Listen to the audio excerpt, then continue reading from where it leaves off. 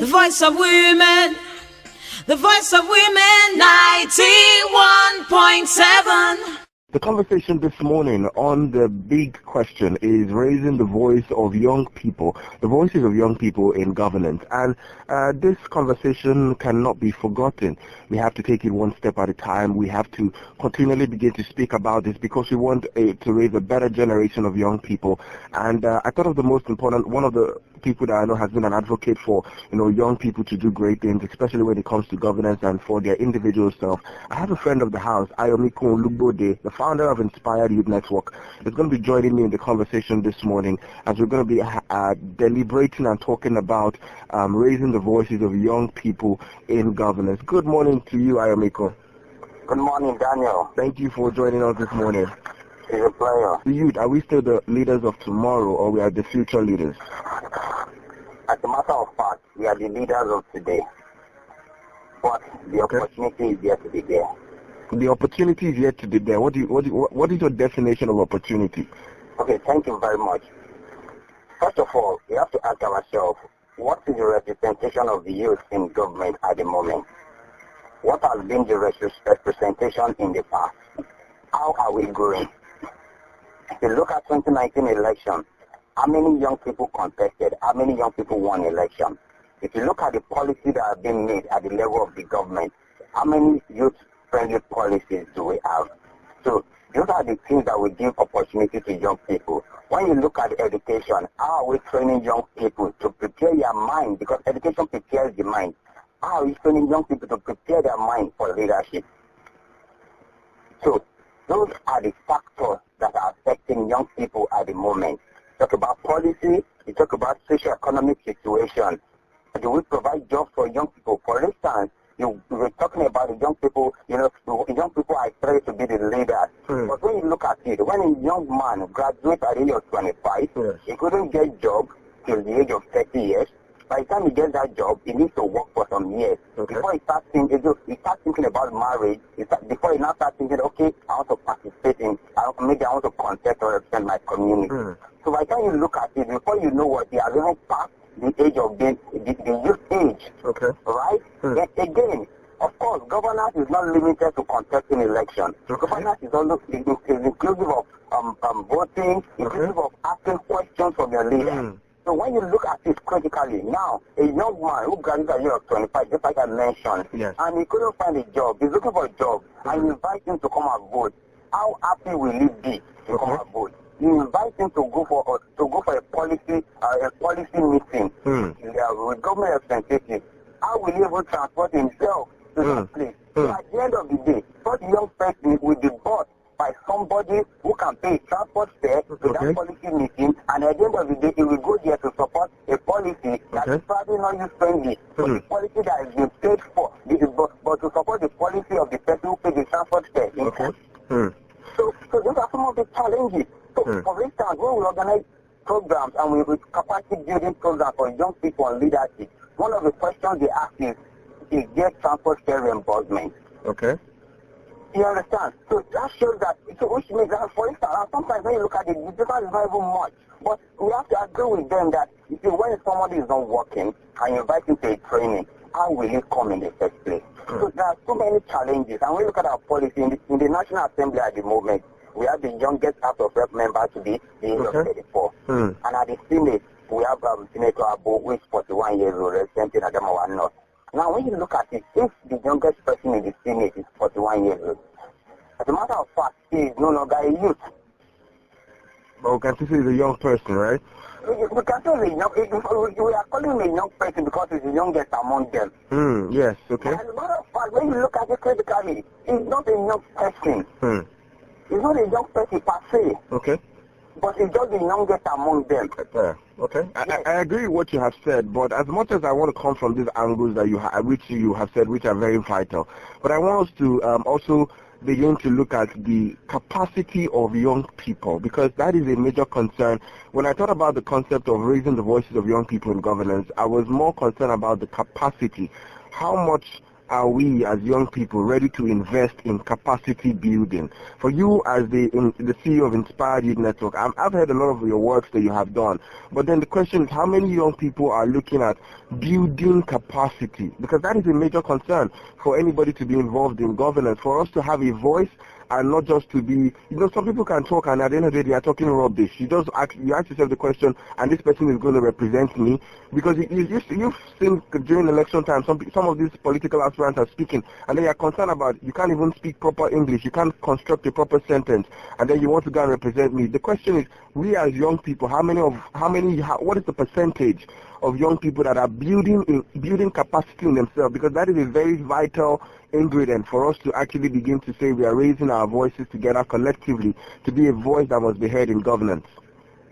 Thank you, Daniel. If you look at many young people who are contesting these days, or many young people who are very passionate about governance, most of these people, they had to build their capacity by themselves. Okay. I mean, they were intentional about it.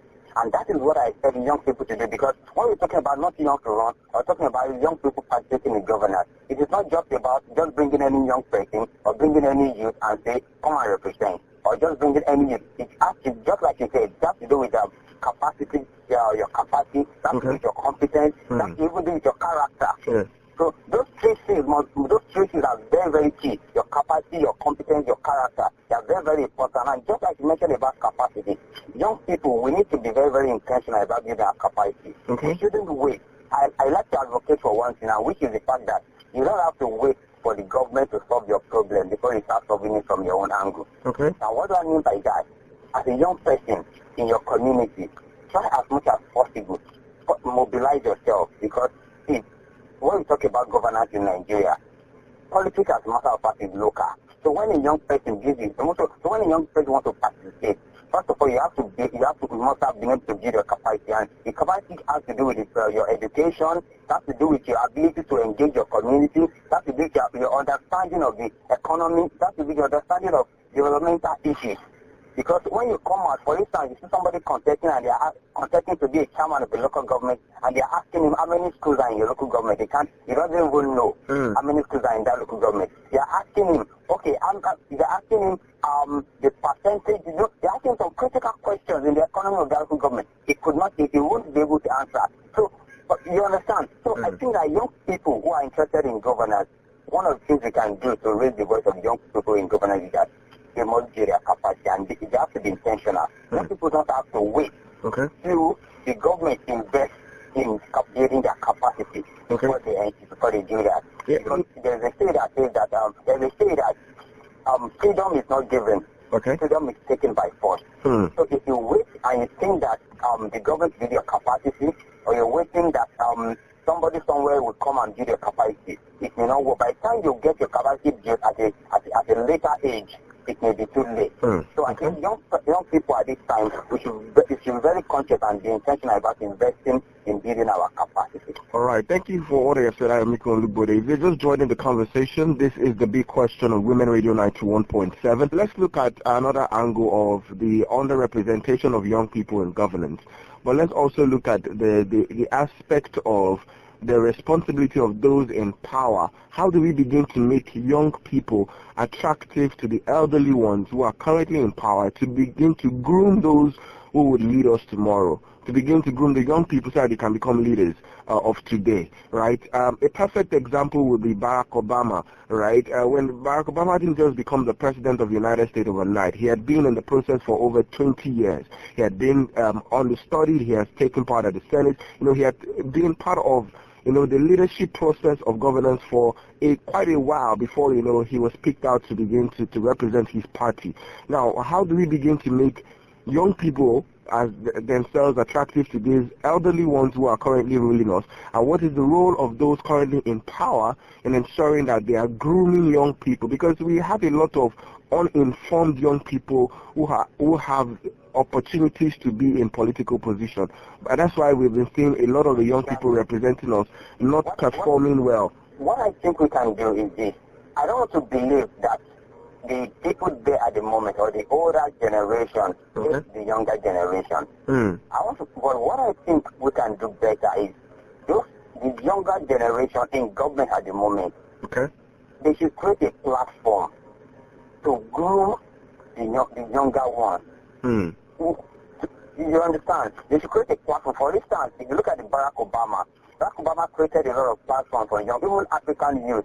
For instance, you see the Mandela Washington Fellowship, you see the Young African Leaders Initiative, the Yali Network, the Yali Regional Leadership Center created in Ghana and some other African countries. Those are the initiatives of Obama, and he's doing that to groom young African leaders. So if Obama can do that, I think that young representatives in Nigeria could also create platforms to groom young people, to build their capacity. Some NGOs are already doing that. We are doing that at the Fair Youth Network. We have that NGOs doing that around the country, who are grooming, that are grooming young people, to building a capacity to prepare them for future leadership roles. So I think that politicians who are in government can do that better as well, or support civil society organizations who are already doing that to expand and scale up and train more young people prepared for future leadership roles. And also, young people should understand that when you take part in governance, it's not about, so you won't take part in governance, it affects a lot of things. Or when you decide to sit down and say you are not taking part, and people believe that when you take part in governance, you're just wasting your time, maybe trying to support a politician or something like that. Or when you say there's a policy making meeting, and you're saying you should be represented, and you invite some young people to come and attend, and people are asking that, how do I get transport there? What is the journey arrangement for feeding? I understand that maybe people don't have jobs, but at the same time, this thing, just like I understand, and people usually say, the cost of gari in the market will be affected by politics or governance. The cost of clothes in the market is determined by the governance. So if young people decide to say, I'm not interested because there's no immediate profit or immediate gain for them when they take part, at the end of the day, all of us get to suffer. Okay. So I think that young people in government should create platforms to groom more young people that can build their capacity to participate in governance. Because if we don't do that, we realize that at the end of the day, even in the situation by the state, bring the youth to represent a particular situation, a particular group. If the capacity of that particular representative or that youth is not built before nominated, then there will be a problem. Okay.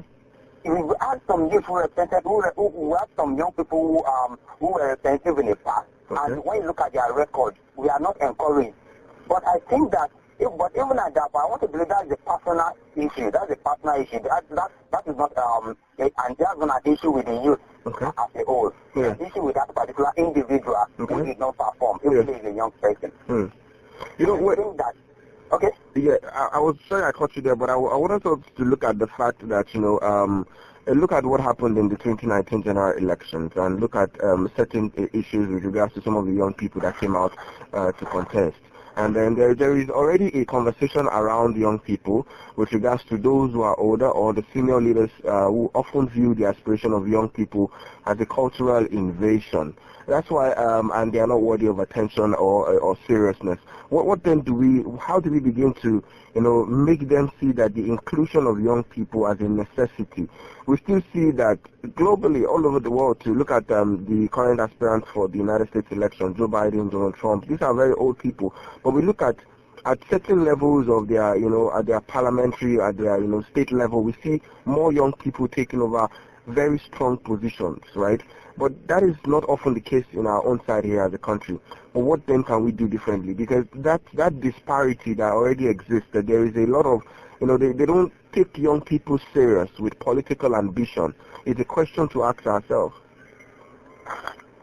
Daniel, thank you. You see, when you look at our system, we have many young people who can perform. Okay. But the question is, are those ones ready to come into governance? We have many young people who are doing well in their business, who are doing well in their career.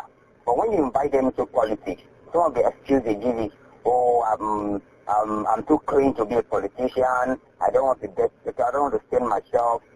So many times it's not like an habit that because when you look at our population, the population of Nigeria has over 60% The over 60% of Nigerian population is made up of young people. And you now ask yourself, if a population that has over 50% of a particular group, and that particular group with the highest population is not being represented or is not given opportunity, what is the problem? I think the problem is we don't have more of us participating. And more people, we have young people, just like you mentioned, talked about people contested in 2019 election.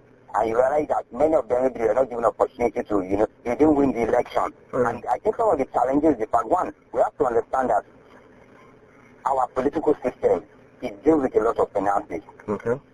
So when you're coming to contest, those are some of the things you have to factor. Okay. Finances. You have to factor that. You have to begin to strategize how you're going to respond. Secondly, you have to understand that politics in Nigeria is local. So we have politics in Nigeria is local. What do I mean by that? You have individuals who have never contributed to their local environment. We have individuals who have never who cannot think, who cannot point to something they've done at community development programs. And they come up tomorrow to say, I'm a young person, I want to represent this group. It is almost like normal for somebody who has been coming around to give them rights and being. It's almost like normal for them for the people to approve themselves to that person. What's giving them rights and being every day? You understand? Even though that is not the solution to the problem, but they tend to follow because that's like the person they've been seeing for a long time. Come in, even when you don't have money like that for that group or like that other individual, how do you come in to use your own capacity? More people. All right. Associate with them. All right. You just come in and say, I want to represent you, and we come with a lot of you share our profile. Young people share their profile. They say, I attended the University of Harvard University and the like. So, but how have you been able to associate with the people? With the people. That's a very good question you have asked. You know, we have more than 70% people living in poverty. We have huge percentage of our population who are illiterate. Then, if I have a huge population of people who are living in poverty, huge population of people who are illiterate, then it means that any person that wants to represent or that wants to contest must be able to associate with the people at the grassroots. At the grassroots. Very, very key. That's very key. This is still the big question on Women Radio 91.7. I'm having a conversation with Ayomiko Olugbode, the CEO of Inspired Youth Network, and we're having a conversation on raising the voices of young people in governance. And let me take you back to 2018, 31st of May 2018, when President Muhammad Buhari signed the Not Too Young to Run bill, which sent the age reduction for political office. One question that comes to mind is, as much as we have this as been put into law, when we look at the process, like you have said, that we have to go to the locals, politics in Nigeria is still very local, right? And that question on the part of, because this age has been signed, does that mean we have to jump the gun? What happens to going through the process? Because we saw in 2019 elections, we saw some of the young people that came out to run for election. And one major concern was, you've never run for any political position before. Why are you going to run for president? Why are you not starting with like the Senate? Why are you not starting with this? And the questions kept saying, some people were coming from the angle of, oh, but that's what the whole essence of the Not Too Young to Run was about. You're supposed to be able to take charge. Young people have brilliant ideas. But we cannot deny the fact that politics generally in and outside Nigeria is beyond just brilliant ideas. Thank you, Daniel. Personally, I have a problem with anybody contesting for president as a first political office. But the problem I have is, even if you are contesting for president, how have you been able to inform the people in the past before contesting? Okay.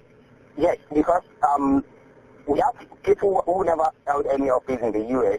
and contested for president, and who have never held any political office in court, and became president. But at the same time, you also remember that, just like I said, politics in Nigeria is local. Nigeria is not U.S. Even though we are looking up to having that kind of democracy, but Nigeria is not U.S. So you have to be able to associate with the people. See, the people, politics is a game of number. So you need to convince the people and associate with them. Just like when somebody is having a mental health issue and you come around, you cannot empathize.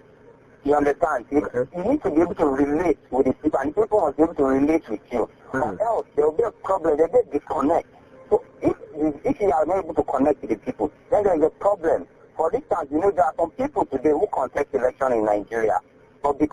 but they don't even go to some of those committees to campaign. But people campaign for them, but because they've been able to, have a name in the past, people campaign for them can easily connect to the people using that person's name. Okay. But yes, so I said that young people should have been able to make impact before coming out. Okay.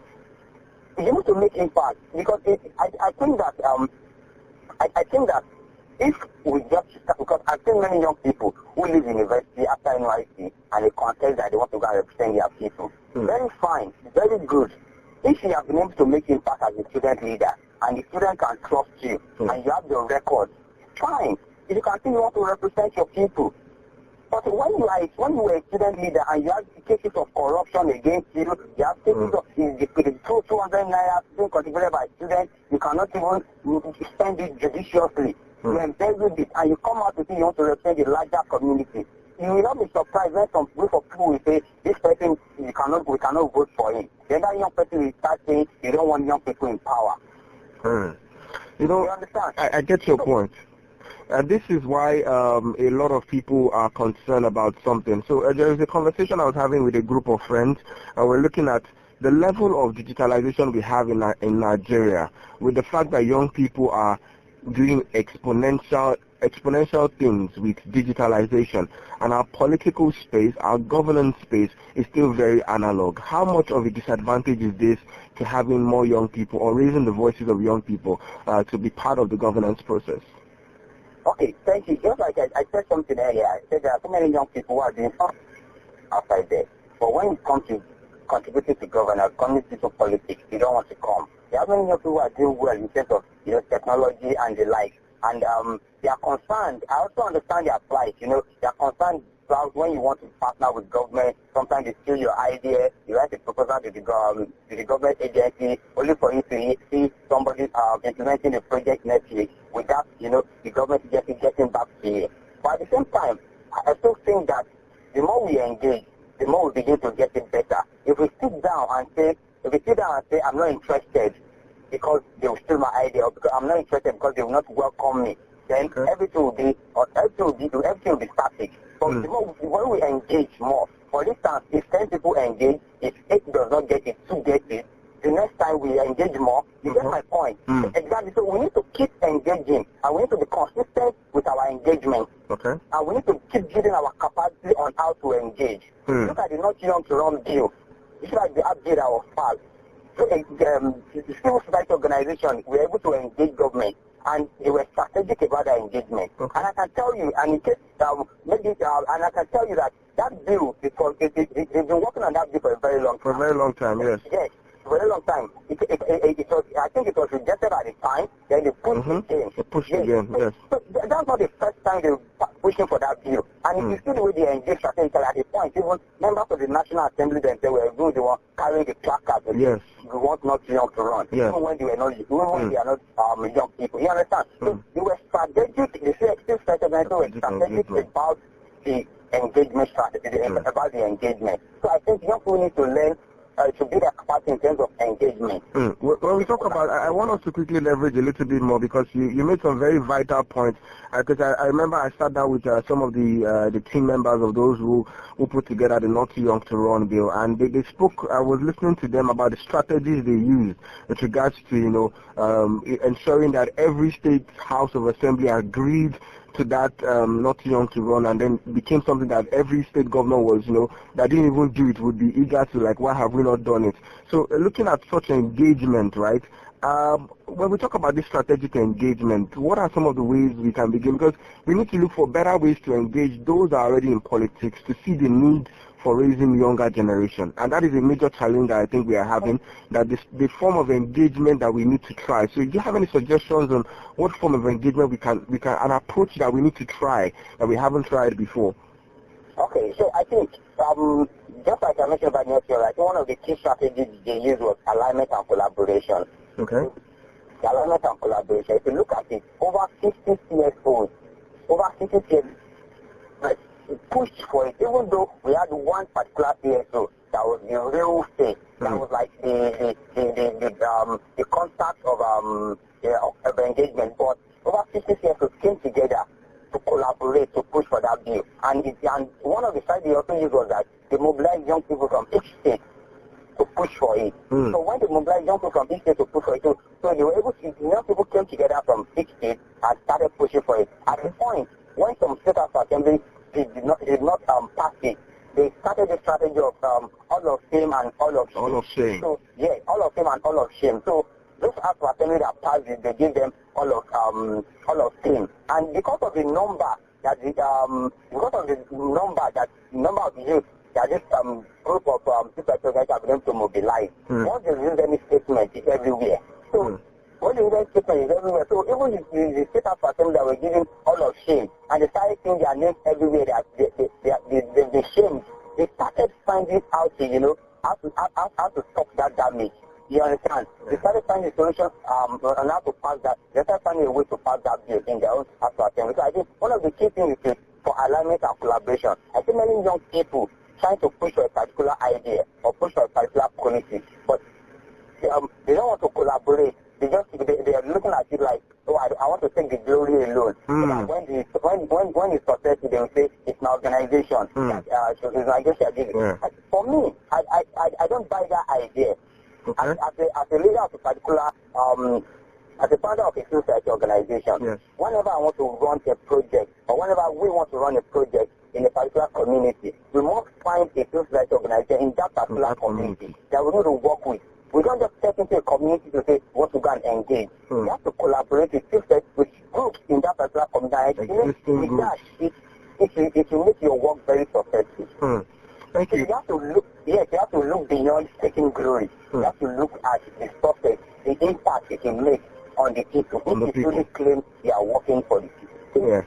That is one thing that a lot of people have leveraged on of late, that young people need to do more, that we need to begin to align and collaborate together to begin to achieve success. And I also agree with what you have said, that I think the alignment and collaboration of what pushed for the Not Too Young to Run bill is what we need to do better with regards to pushing for policies that would allow the voices of young people to be heard in governance. And I want to hope that, and I want to believe that, from all that we have said this morning, somebody's picking out something on what we can begin to do better. But let's talk a little bit about COVID-19. It's been over 16 weeks already that we have been battling this particular pandemic in Nigeria, and we're still battling it. The number of cases are still increasing. But what do you think that is the most important lesson for young people to pick out from this particular pandemic?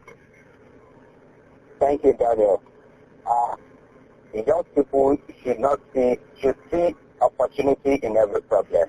Since the beginning of the outbreak, myself and my team will be going around giving out nose masks, giving out palliatives to different communities, and I realized that when I get to when you get to most of these communities, you realize that many people are not even using the nose mask. People sometimes even believe in the existence of the virus. Even many young people just believe, this virus didn't allow them to walk, so they just sit at home. So I believe that in every problem, there should be young people should be to identify opportunities.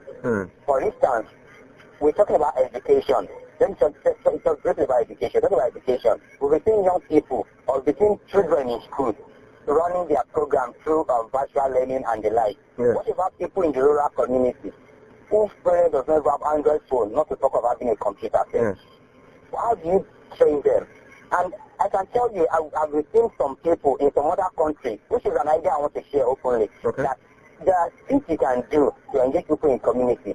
I think there's a project in South Africa where a particular young man is using text message system to educate people. What it does is to gather the phone number of the parents of these children. At least, we have parents who have, most of the parents have such phones, small phones, at least that can take text message. So what they do is they send instructional learning to those parents through the text message, and later in the day, they get feedback through phone. They call. So probably the children cannot type on the phone, so they call those numbers and get response from those children, and learning takes place. So that could be pretty much expensive if you look at it too. Yes, that is why collaboration and partnership is coming. Network providers. Yes. You understand? When you can get network providers, then we can engage bigger organizations who are into technology. So that's why I keep talking about collaboration and alignment. But when you begin to think that you want to launch this idea and you want everybody to start hailing you for it, then then you will not achieve that success. Thank you so much, Amiko Olubode, for joining us this morning. And I'm really glad we had this conversation. And if there is nothing anybody has picked, I think one important lesson that young people need to realize that post-COVID-19, alignment and collaboration, partnership is key to existing, thriving, and raising the voices of young people. I appreciate your time this morning, Amiko. Do have a lovely day. WFM 91.7.